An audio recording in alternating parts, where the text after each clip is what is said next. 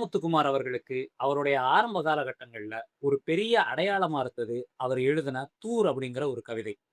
வேப்பம்பூ மிதக்கும் எங்கள் வீட்டு கிணற்றிலே தூர்வாரும் உற்சவம் வருடத்துக்கு ஒரு முறை விசேஷமாய் நடக்கும்.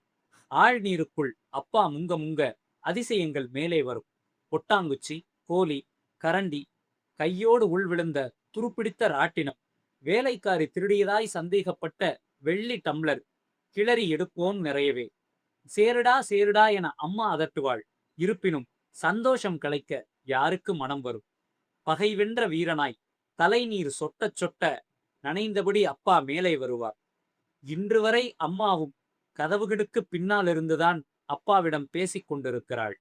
கடைசி வரை அப்பாவும் மறந்தே போனார் மனசுக்குள் தூரெடுக்க என்று. கணையாழியில் 1995 வெளிவந்த இந்த கவிதைதான் முத்துக்குமார் அவர்களுக்கு அவருடைய ஆரம்பகால முகவரியாக திகழ்ந்தது.